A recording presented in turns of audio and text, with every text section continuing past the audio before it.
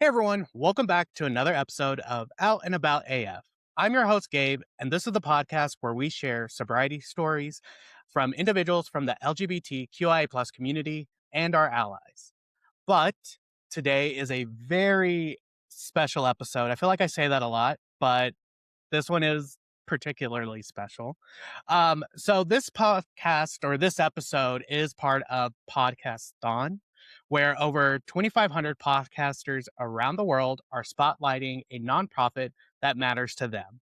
And a few may know I work at the Resource Center. So here in Dallas, I mean, it was just an automatic duh. But Resource Center has been around serving and fighting for the LGBTQI plus community since 1983.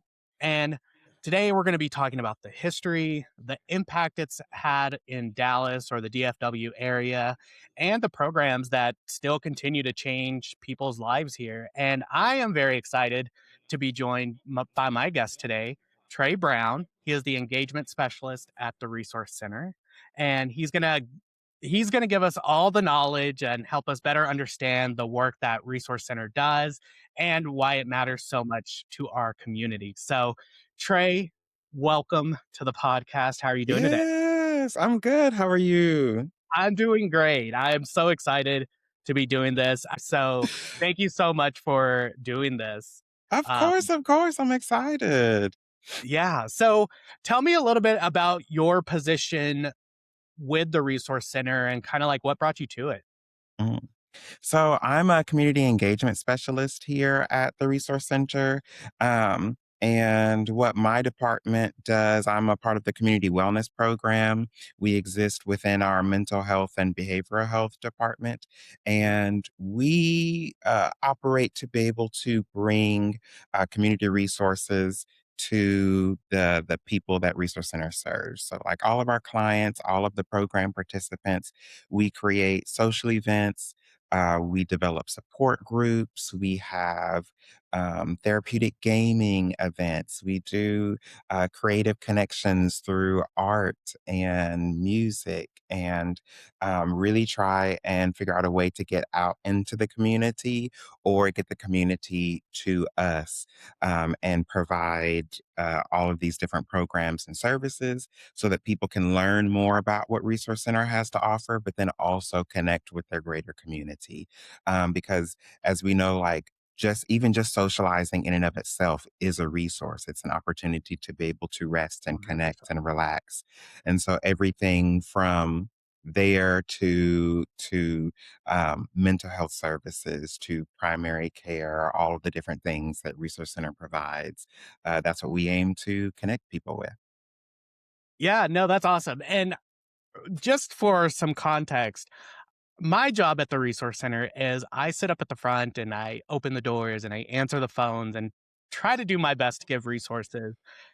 Trey runs around all day when he's there. He stays late. They have a D&D adventure group that meets every Hmm. Thursday, and so you just see Trey running, getting food for everybody. He was there for the Latino support group, and Hmm.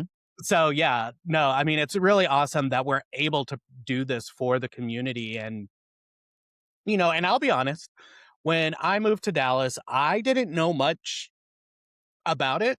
About I Hmm. knew the resource center was there. I Hmm. just didn't know what it all offered. From Hmm. my knowledge was it was like HIV, STI testing, that stuff. But when I started working here, it's a whole different A story. I whole mean, different I story. think that was the main Yeah. core of it, Mhm. but it's expanded. So, can you tell me just a little bit about like the history behind it that you know of? Yeah. So it's interesting that you say that. I had a very similar experience um moving here, coming from smaller town Texas. Mhm. Where are you I come from? from Beaumont, Texas. And so I we're love like an hour Vermont. east of Houston. Oh my gosh. No, I Okay. love No. Vermont. I'm from Odessa, though. I'm from West Oh, Texas. okay. Okay. Cool, cool, cool.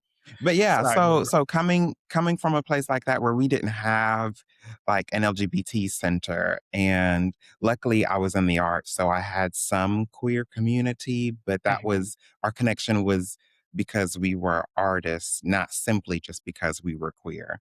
And so Yeah, whenever I moved up here to go to school, I was looking for community. So obviously go out to the neighborhood, you see yeah, Nelson Thibodeau, you hear about the resource center, but like for me, that was something like I always saw LGBT centers on TV and media, and I was like, that's not real or it's only for testing. Um, yeah. and a friend of mine actually became a coordinator. A friend of mine that I met through school became a coordinator. And he was like, hey, you have to come to this group and support me. I'm really nervous. They're meeting at this, they meet in this apartment on Wednesday nights and da da da da. And I was like, sure, I'll go. It was so cool to, like, walk into this space, of young queer men that were existing in a similar space just because they're queer men. There was another group that I didn't realize was all a part of the same agency, Mm, but this other group, served particularly, Black same-gender loving men, and they okay. were hosting a crawfish boil. And I heard about this around the same time, and I heard about it through on Jack from somebody. But Uh, they were doing community engagement work themselves. Everybody Uh, knows what those are. It is fine. Everybody knows. okay, but so like hearing about this crawfish boil, I was like, "Girl, I'm from Beaumont. Okay, I love a crawfish boil," and so I was like, "Well, I want to go to that too." And come to find out, my friend, um, through the group that he was working with, was co-organizers of this event, and Yeah. so I go and I start going to these events, and I start meeting community, and I start learning the history of what Resource Center has done for LGBTQ communities and Mhm. people living with HIV here in Dallas. Um, and it has an amazing history. It's as you mentioned, started in 1983, so we're a little over 40 years old now. Mhm. And it started off as an advocacy agency that was responding to the needs of the community that were affected by HIV back during the height of the epidemic. Mhm. Community members were seeing like their friends, their loved ones plagued by this what everyone is thinking is this disease, this infection that's going around, and people are just trying to figure out what's happening. They're just trying to slow it down, pause it, but trying to be heard, trying to get medical community to hear us, trying to get our politicians to hear us. Um, and so some of the first services that they provided were like testing services, trying to get people connected to treatment somehow, trying to get people medical care, things like that. But the lens in which they were doing it was through advocacy. And advocacy has been a major part of what the center has done for the entire time that it has existed. Our advocacy department goes or works with like major companies to try and make sure that they're creating like confirming environments in the Mhm. workplace. So working with them to change their bylaws or their employee codes to provide protections for LGBTQ people, for women, for Black and Brown people. Um, but then they also work with politicians and legislatures. And so they go down to Austin regularly, advocating for the rights of all the people that I just mentioned Mhm. and more, trying to serve people. And through that advocacy, um, and learning how we can best serve people, all of these other services have developed over the years. So through that advocacy, we learn we need better like trans or healthcare for trans individuals.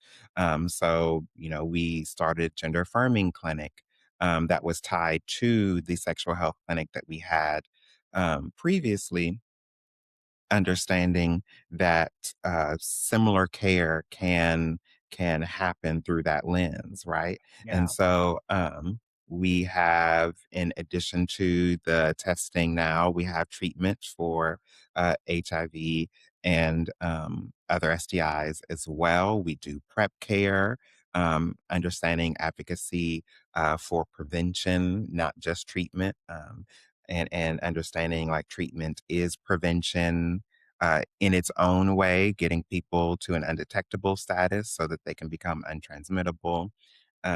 And so that's where the development of our primary care came from. And now people can come to Resource Center and have a primary care provider and access LGBTQ affirming healthcare that way. Mhm. Well, Understanding the needs. Oh, sorry. really quick. Go I ahead. no, no, no, you're good. Hey, you were on a roll, and I was like, okay, I wanna. It's like, okay, couple of things. One, it's amazing that I didn't really fully under know like it started off as just advocacy, and Hmm. but I think I'm kind of thinking back like at the time though, like it was the gay disease, the Hmm. gay men's disease, and so nobody during that time nobody was paying attention. That's Hmm. what the whole you know protesting and all that came from, and Yeah, so we were left to fend for ourselves. Yeah. yeah, so to have a group there that was actively trying to help, I think that I mean, that in itself is just such an impact, and, um, can you please clarify Hmm. that the undetectable equals Oh, untransmittable? yeah. Yeah, yeah. 'Cause I feel like So, it needs to be said, and not a mhm. lot of people say it, so if you don't Yeah. mind. So that's a tagline that you hear a lot of people in the HIV field say, Okay, good. and it's the science behind it is understanding when you are a person living with HIV, you have a particular what we call like a viral load, and that's Mhm, essentially just like how much of the virus is actively in your system, and if you can get to a point where you are undetectable. So people living with HIV have regular check-ins with their care providers.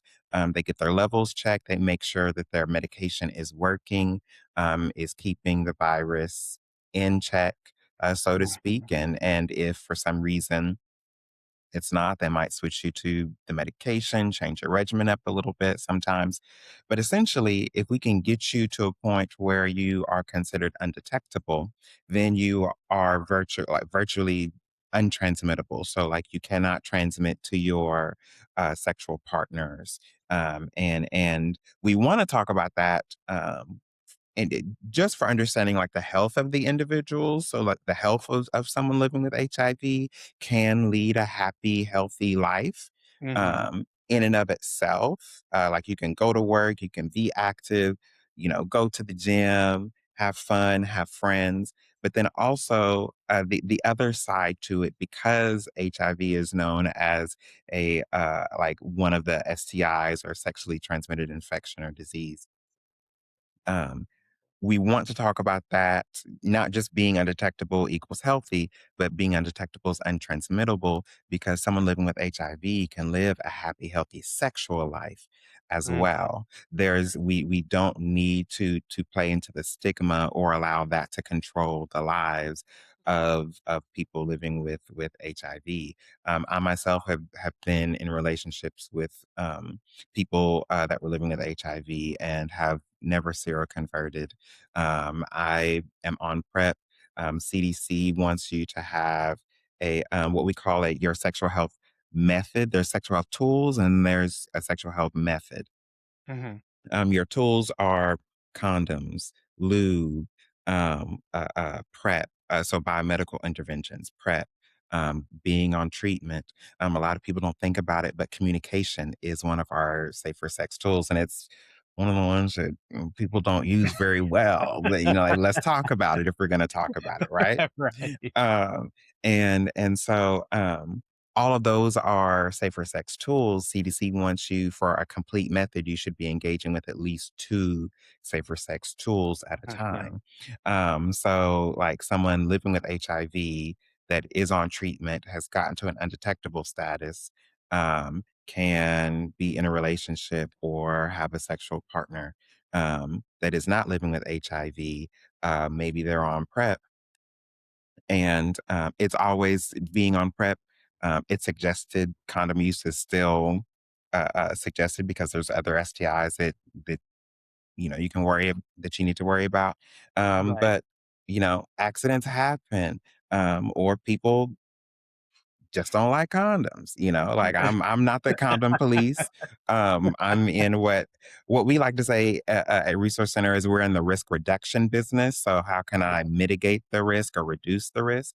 And so maybe you went out for a couple of drinks and you get back home, you're looking at your man, and you getting all hot and heavy, and you just don't think about the condom that night. Yeah. And that person being undetectable and then you being on PrEP that's double protection against you transmitting HIV or contracting HIV from your partner. Yeah. Um, and so that's why we talk about what we call like the campaign is like U equals U. And so that's Hmm. undetectable equals untransmittable. And that's Yeah. some of the work that we try and do for our clients at Resource Center as well. Yeah. No, thank you for explaining that. Way better than I could have. But and I asked that because I've been in Dallas for 11 years, maybe I think. Hmm. Um, but like I said before, then I was from West Texas. Hmm. At the time, I didn't even know what prep was. You know, to me, during that time, HIV was still no, like Yeah. Mhm. you're and I'm air quotes here, "You're dirty, you're just" Mhm. it's not good. And so when I came over here to Dallas and I was exposed to, like, a bigger gay community, more, a queer community, it was very, I guess I would say, like, some internalized homophobia because Mhm. it was people were more open to HIV, and because they had more knowledge than I Mhm. did.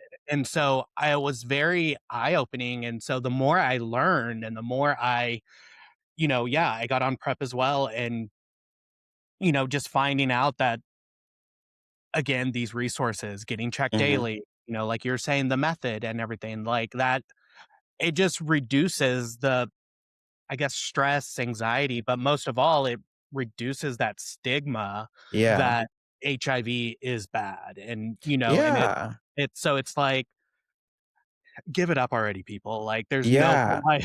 Like, get over Educating it.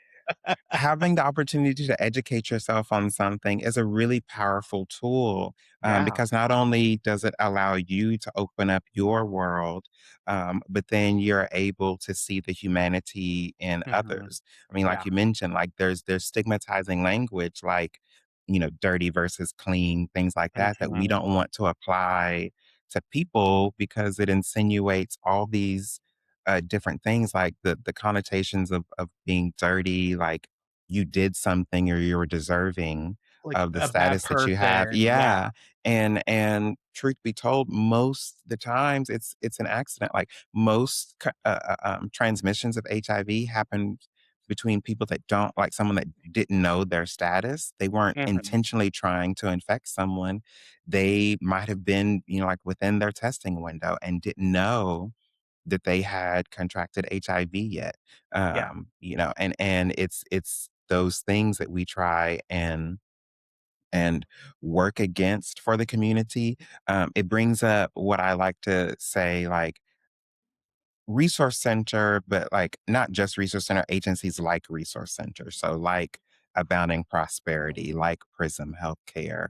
Mhm. Um, what I like to say is advocacy in action, Mhm. because being able to provide these services is twofold. It's not just for the physical health of people, but it's the advocacy piece that spreads out into the community and educates community members about not like how we can better connect with each other and how we can reduce stigma and see the humanity in each other.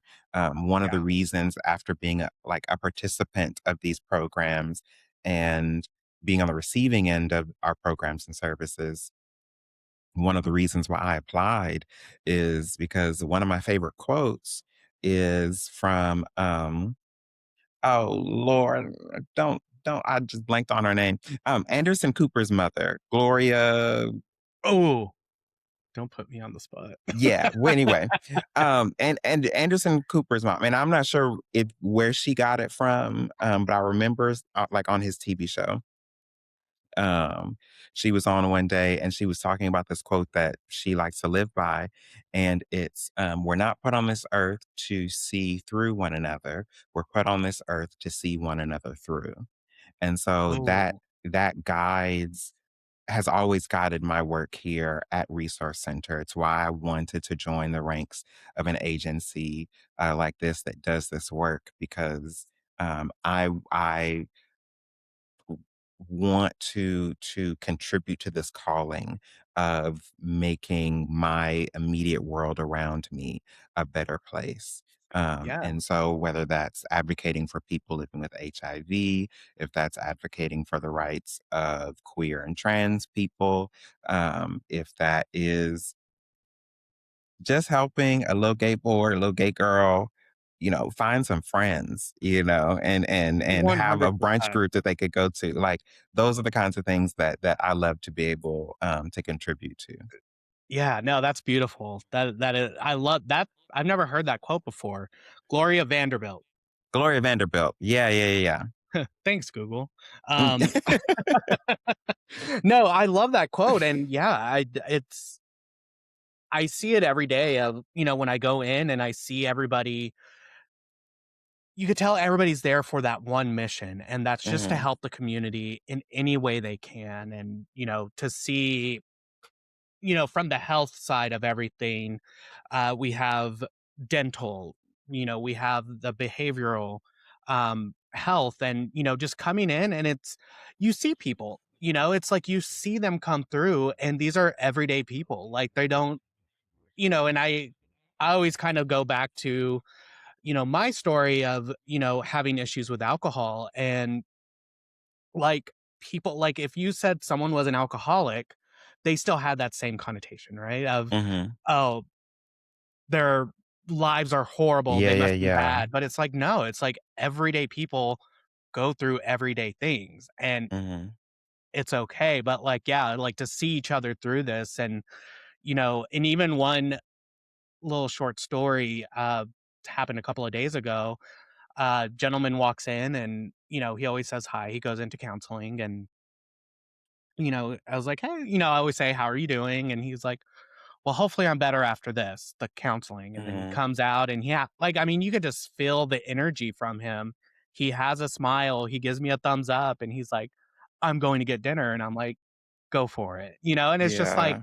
just those little moments of just seeing, and that's just one person, and to see that, and it's just like knowing that there's so many other people, that the resource center is helping. It's like, yeah, like why wouldn't you want to be a part of something like that? So Hmm. no, that was really beautiful. And I'm pretty sure we could talk about all the other things, but we definitely have some more stuff to talk about. Yeah, so the community wellness program, Hmm. and from my knowledge, it's going through kind of a refresh. It's getting a little facelift. So can you Hmm. talk about a little bit, and just some of the, I know you kind of mentioned a little bit of the programs, but kind of what's going on there? So it's a program that was developed to try and so we previously had like affinity groups, community programs Mhm. that were offered. They were split up amongst specific populations. So queer women had a group, LGBTQ adults 50 plus had a group, Black same gender loving men had a group, and all these program offered specifically like culturally relevant and appropriate programming for all these different groups. But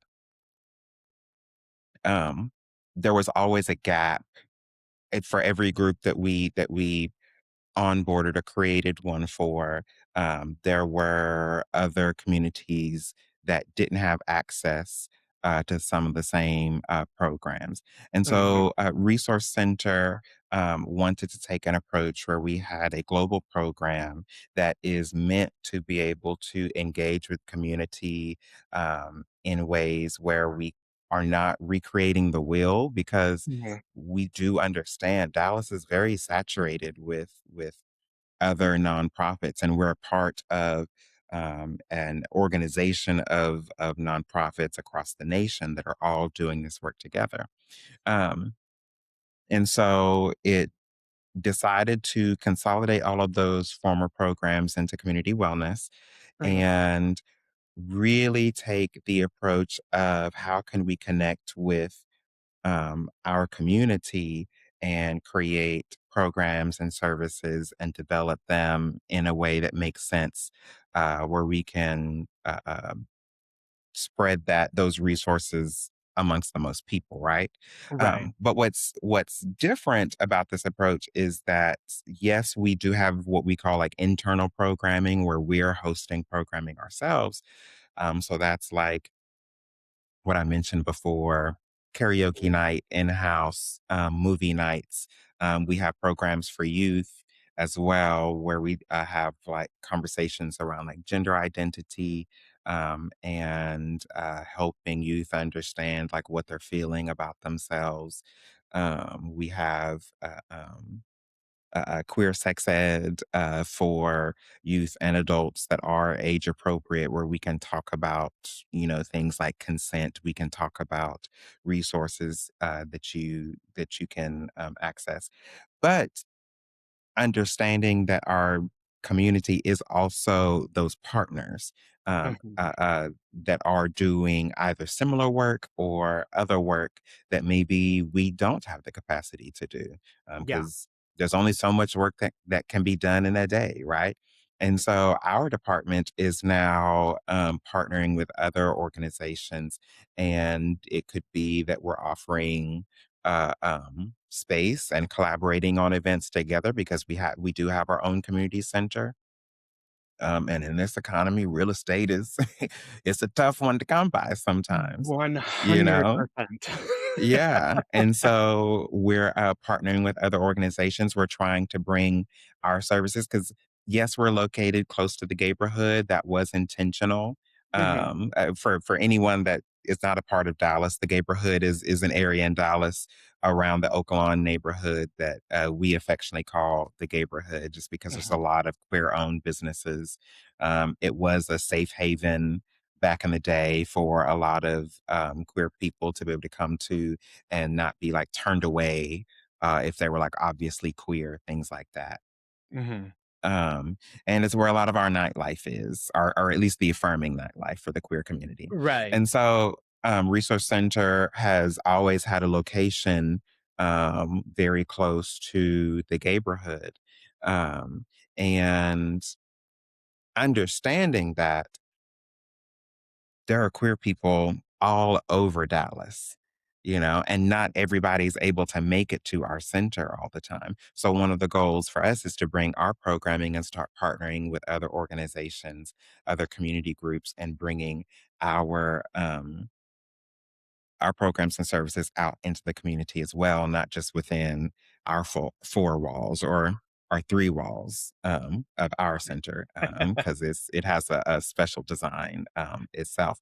But that could look like partnering with like an organization called Disco, which is the Dallas Social Queer Organization, that popped up a couple years ago, and it's a community-led organization, mostly of young adult um, uh, uh, queer identifying people and allies, and they do different events. And we got in conversations with them, and they offer a support group, but they wanted um, more like sustainable help with like mental health care professionals to be able to help facilitate this support group. So we're developing a support group with them that will operate once a month. They'll meet, and one month, like every other month, it'll be at Resource Center. But on those months, opposite that, we're going to take it to different locations. So one month it might be in Addison, one month it might be in Bishop Arts. It could be in Frisco. Maybe we'll go down to Oak Cliff Mhm. another month. And so things like that will create opportunities for us to be able to engage with our community and bring the affirming atmosphere that we have down in the neighborhood and make that proliferate all throughout DFW. Yeah, no, I am all for that because and one thing that you were kind of or like what was kind of going in my head is like kind of work smarter, not harder, Mhm, and but it gives us a chance to really reach out to the community mhm, and really build up the community, small, queer owned businesses and I think that again, a lot of people just don't know that some of these resources are available, and mhm, but it's like now that there's like more of a kind of like a guiding light to what, we're actually really doing this now. mhm, Because I think when we talked before, I'm a part of a couple of other organizations. And I think we all have the same idea of wanting to work together, but it's how do we do it? Like mhm, how do we do it? So the fact that the resource center is kind of taking that first step and really reaching out to the community, I think that's really awesome. And I think so many good things can come from it. And I'm excited to see kind of like what comes from it. I'm not the best at karaoke, but I will give it a try. You might shut it down after that, but, Hey, hey, it's a no judgment zone. oh no, the mic popped out. What? I was like, "Oops, sorry." No, I think it's really awesome, and, you know, one of the things I was gonna bring up at the beginning, and you're talking about kinda like the advocacy of everything, Mhm. in my previous job, uh, I was part of the, ERG, Excuse me. um and I the ERG for my company, and, I led and I hosted it, and we had a, trans woman there, and she was going through, gender affirming care, um, but our insurance wouldn't cover it, Mhm, um, but it would cover intersex. The same the same care, mhm, the same, but it wouldn't cover it. mhm, So long process, but what ended up happening is that we actually fought, we actually would she went research. I mean, she did the mhm, homework. I was just however I can support you, but I mean, she charged leading the way and she got it changed. And it wasn't anything in malice of the company. It mhm. was just more it had never happened before. They never had that Yeah. experience. Yeah, yeah. So it's like once they found out and then it got changed.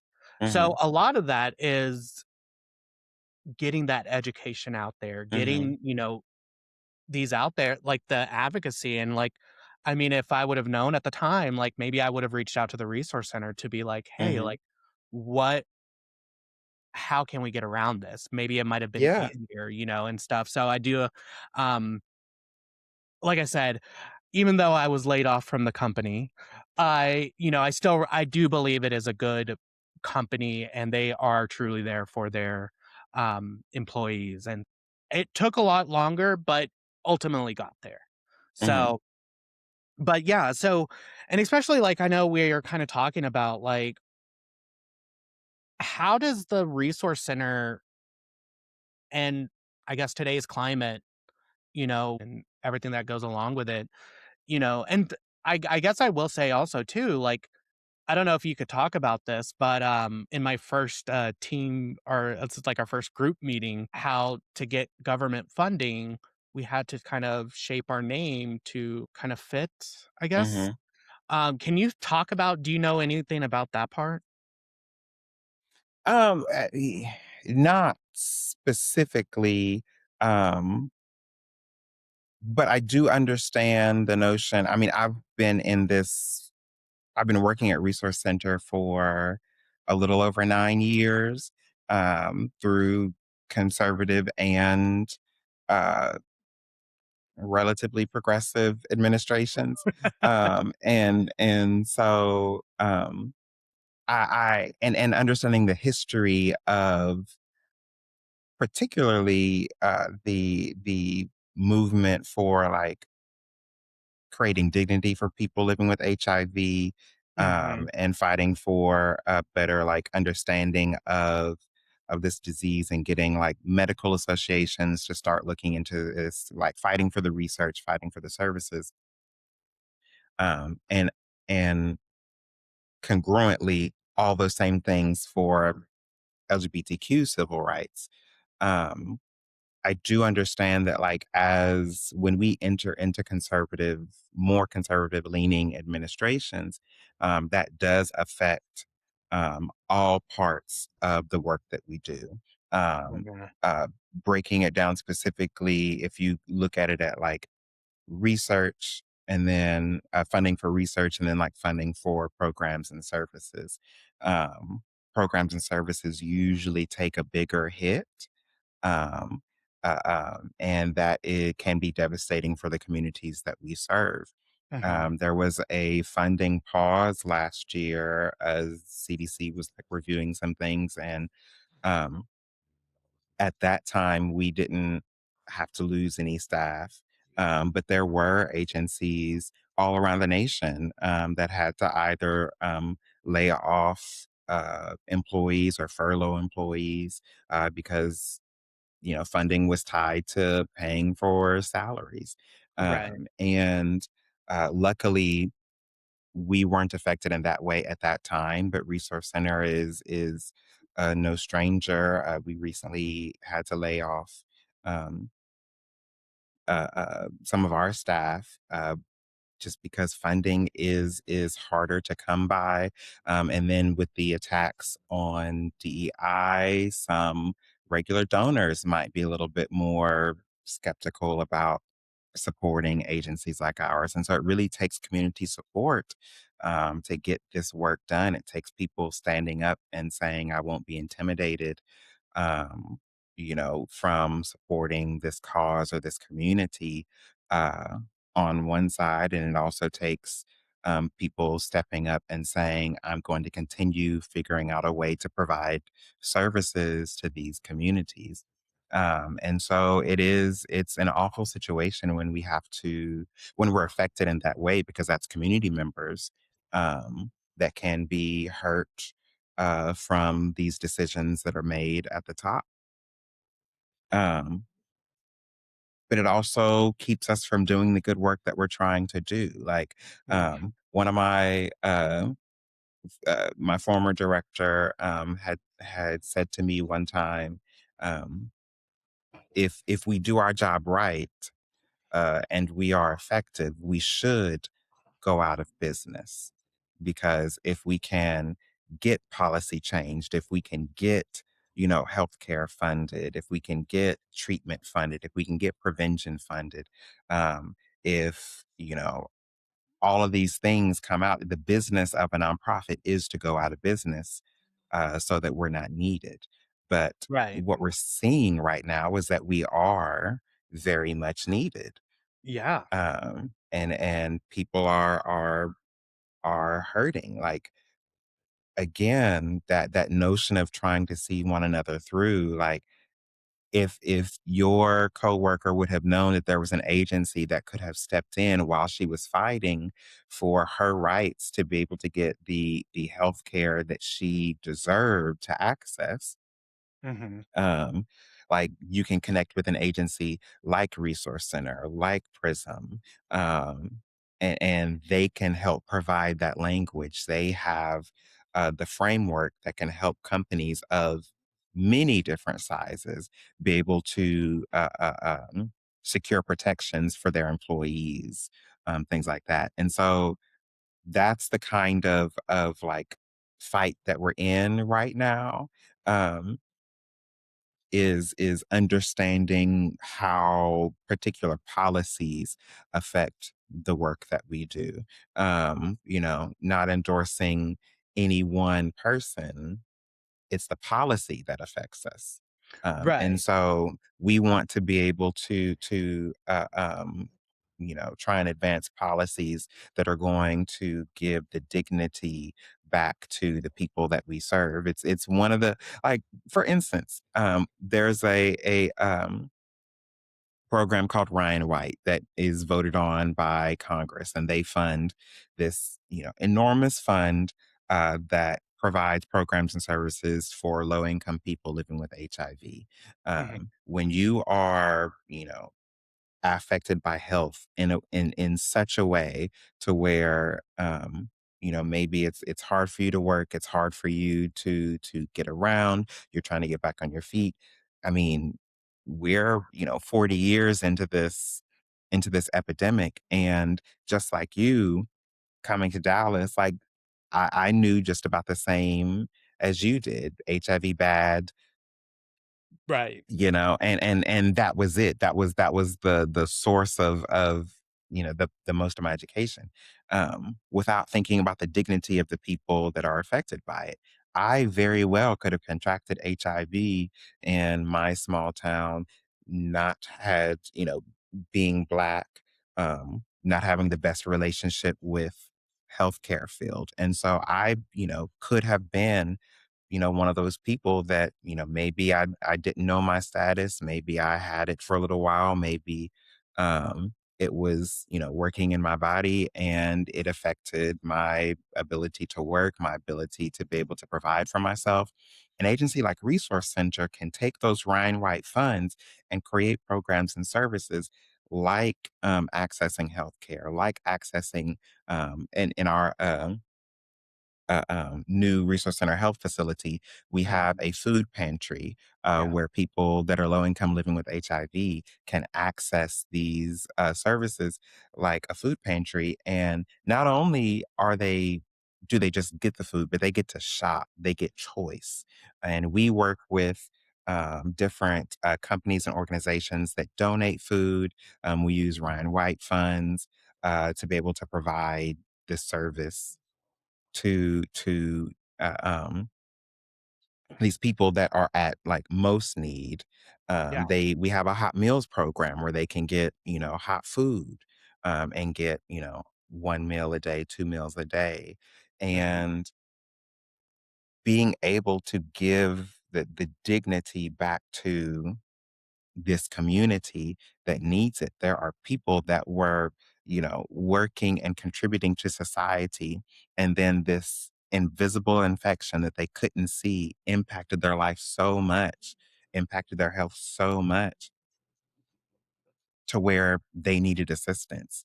And Yeah. we were there to be able to not only give them that assistance, but give them their dignity, to really see them and contribute to their life in a meaningful way to where they can start building back their life and eventually get to the point where they don't need those services anymore. Yeah. Like, that's being able to fund something like that is very, very important. And I'm so glad um, during one of the recent sessions, like, there was a fear that Ryan White was going to be affected. And Mhm. Congress put that money back in that pot, and they were like, "No, we'll go ahead and support this." Now there've been some other attacks on some HIV Right. funds, and so that's, one battle we crossed, and then we're on to the next one, and so that's the nature of what we do. Again, that's Yeah. why I like to say it's that advocacy in action.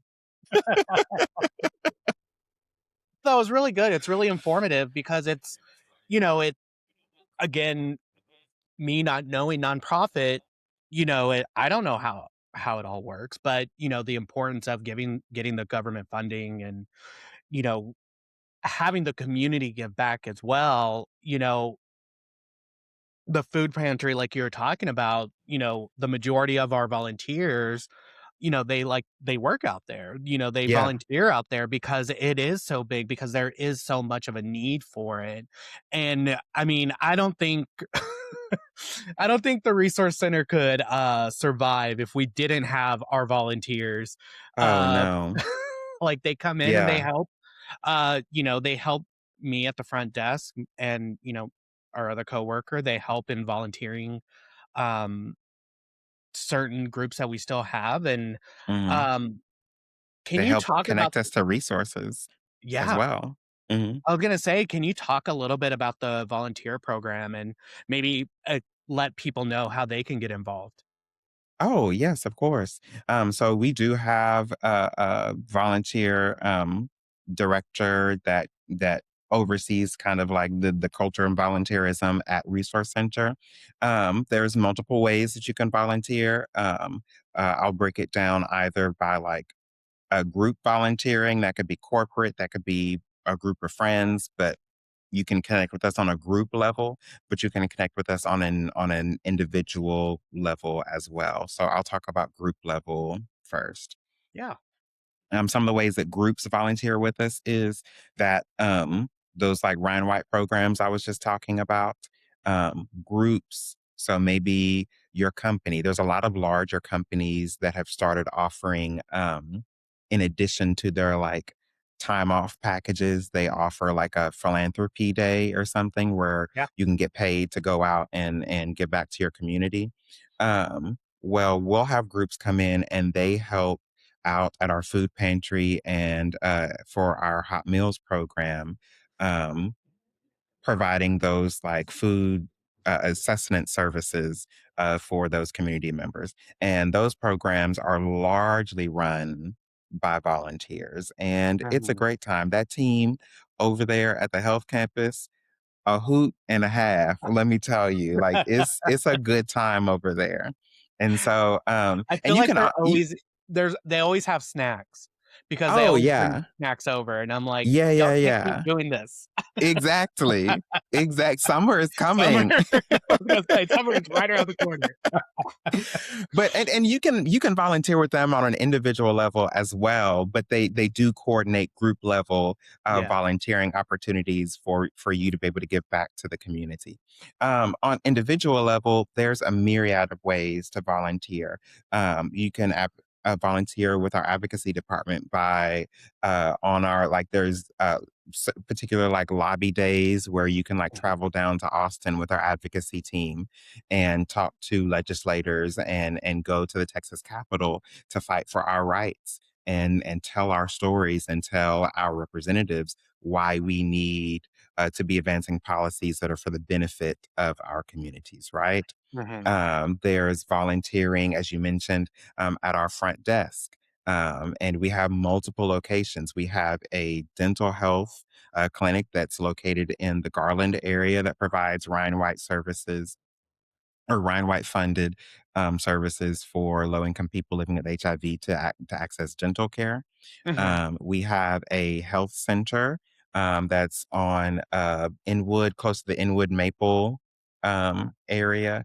We have our community center that is on the corner of Inwood and Cedar Springs, and you can volunteer there front desk with my programs community wellness program.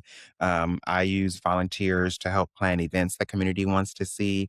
They help connect us to different resources. Like I volunteer that is working on getting us funding for a book club so that we can have a book club and maybe pay to Oh. like bring an author in, and maybe or help provide like snacks, drinks, some food for some of that.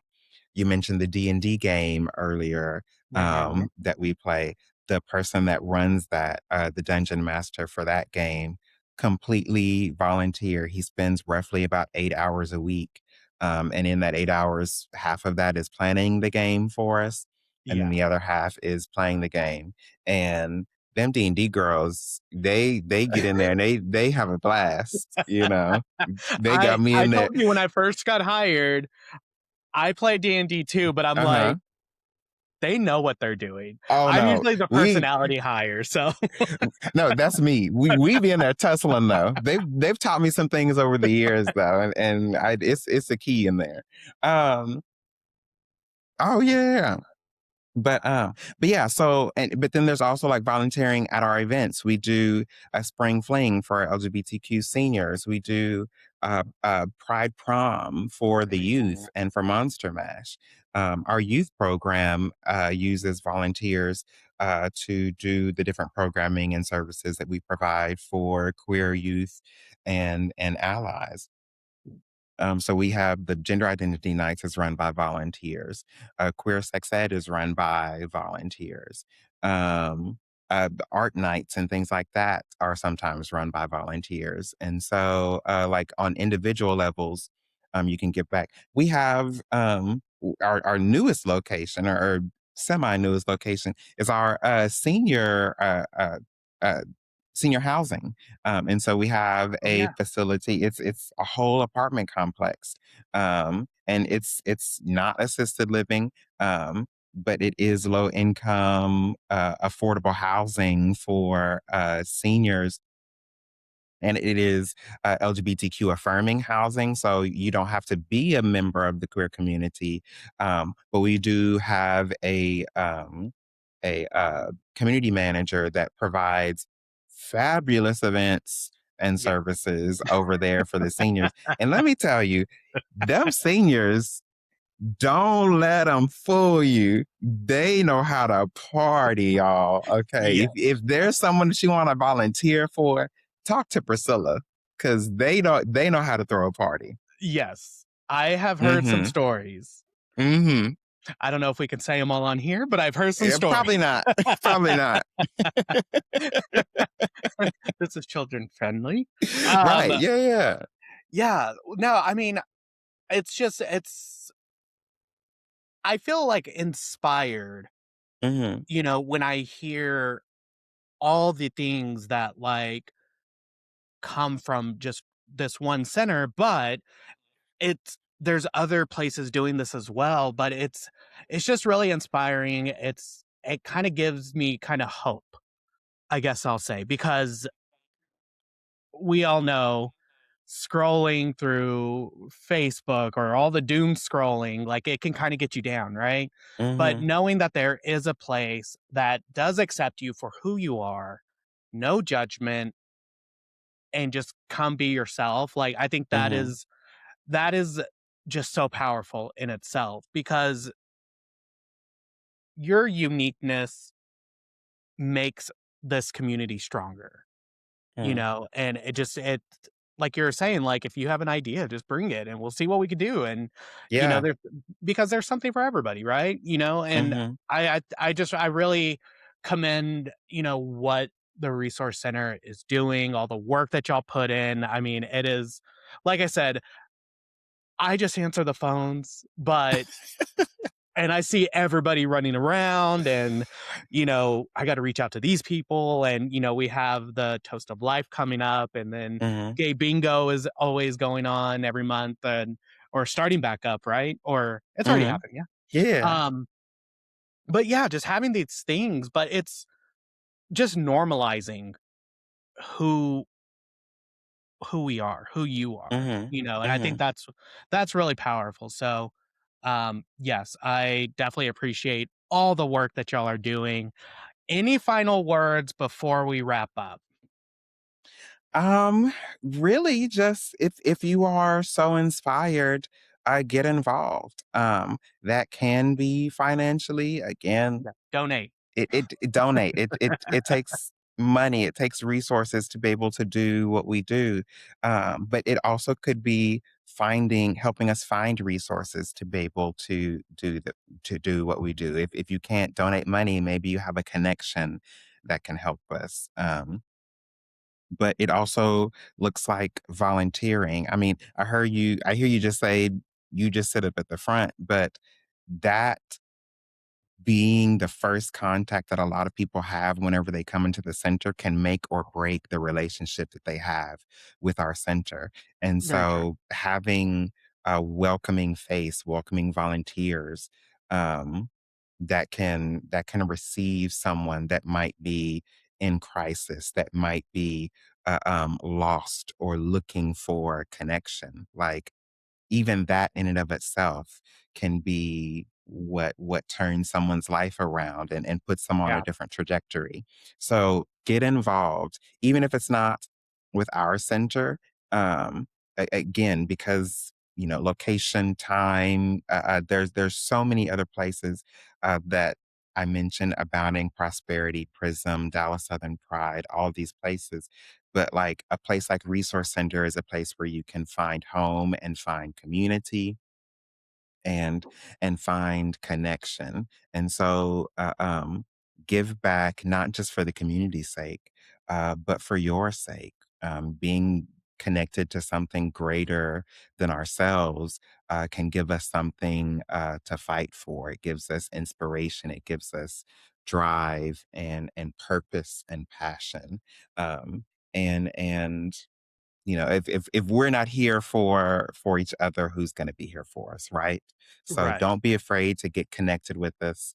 um uh, um and nothing is too small. Sometimes it's sending us a message and just letting us know the work that we do, because I mean, I get a nonprofit kind of check, and so sometimes it's knowing it's that intrinsic value Yes. lets me know that there's a reason why I'm doing, and sometimes gives me the drive to keep on going on days where it might be just a little cloudy. So get involved in whatever way works for you in whatever capacity you have. You can find us at myresourcecenter.org. That's myresourcecenter.org. Don't ask me to spell that. And I was about to try, but I'm not gonna do that. Um, Google, Google, We'll link do a it. little We'll Google link it. schmoogle. We'll link it.